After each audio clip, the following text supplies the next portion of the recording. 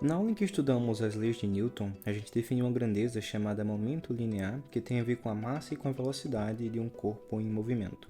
A gente também viu que forças internas, como forças de contato ou forças de interação, formam pares de ação e reação. São forças iguais, mas de sentido contrário. Pela segunda lei de Newton, essas forças elas podem ser expressas como a variação temporal do momento em referenciais inerciais. Se a gente soma esses dois termos, a soma das forças internas dá zero, justamente porque elas formam um par de ação e reação. Isso significa que a variação temporal do momento total desse sistema de duas partículas é igual a zero, ou seja, o momento é conservado.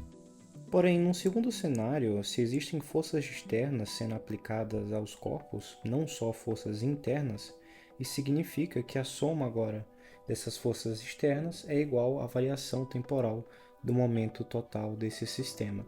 A nova condição agora, então, para que o momento seja conservado, é que a soma dessas forças externas em todos os corpos do sistema seja zero. O que esses cálculos estão tentando dizer é que no movimento de duas partículas ou até mais, a gente consegue analisar o movimento olhando não para as forças individuais que estão atuando em cada uma delas, mas sim para o somatório do que age em todo o sistema. A gente quer introduzir uma partícula equivalente nesse sistema ao movimento de todas as outras. Isso facilita a análise da dinâmica desse sistema. Quando só existe uma partícula, isso é desnecessário, mas pensa comigo, conforme o número de partículas vai aumentando, a gente fica perdendo o controle da quantidade de forças e interações que está ocorrendo aí no sistema. É muito mais conveniente introduzir uma partícula equivalente, ponderada pelas massas e as posições dessas outras partículas com relação a algum referencial inicial que possa ditar o movimento desse sistema como um todo.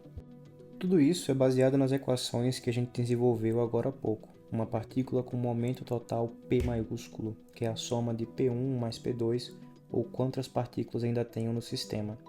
Nesse momento, uma pergunta natural é qual que é a massa e a posição dessa partícula equivalente?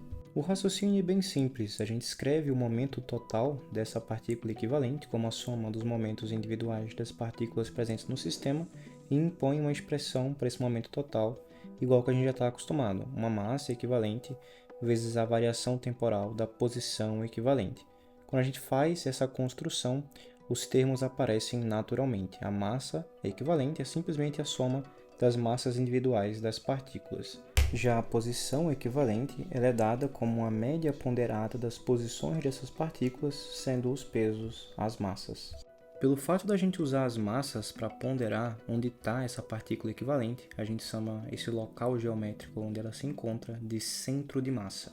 O resultado mais importante dessa construção é que se a gente faz uma mudança de referencial, colocando a origem do sistema de coordenadas nessa partícula equivalente, a gente consegue encontrar que a soma do momento de cada uma das partículas individuais medidas nesse referencial é igual a zero, ou seja, o momento total do sistema, conforme a gente adota esse referencial, é nulo. Pensa comigo, se é no referencial do centro de massa que o momento total do sistema é zero, a interpretação é justamente que o movimento de todo esse sistema de partículas está concentrado no centro de massa. Ele é o nosso ponto onde a gente pode inserir uma partícula equivalente para poder ditar a dinâmica de todo esse sistema de forma independente e simplificada. É por isso que é comum ver em problemas de física enunciados pedindo para você tratar um carro, um bloco ou qualquer outro objeto como sendo uma partícula, um objeto pontual, justamente porque esses objetos podem ser tratados como uma coleção de partículas e a gente sempre consegue achar, a partir da posição e das massas delas, quem é o centro de massa.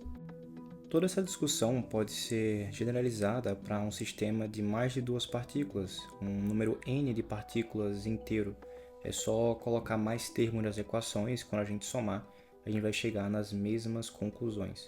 A massa total do sistema é o somatório de todas as massas, enquanto que a posição do centro de massa é igual à média ponderada das posições em que os pesos são as massas. Lembrando que as forças internas formam pares de ação e reação, e o que vai fazer diferença em termos da variação do momento desse sistema é o somatório das forças externas.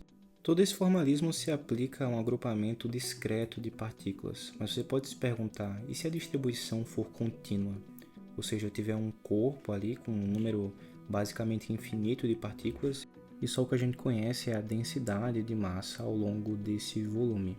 Bom, a gente pode tratar aquelas somas que a gente tinha antes como integrais, fazendo a transição em que a massa que a gente tinha antes macroscópica é agora uma massa infinitesimal. A cada posição existente dentro de todo o meu contínuo de massa ali, a gente vai ter um elemento de massa dm com uma posição r respectiva. Calculando a integral, a gente tem a soma de Riemann ali, né, essa transição natural que a gente faz dentro do cálculo. Se esse vídeo te ajudou, não esquece de curtir para apoiar o meu trabalho, se inscrever aqui no meu canal e acessar meu Instagram para acompanhar todos os bastidores por trás dessas animações.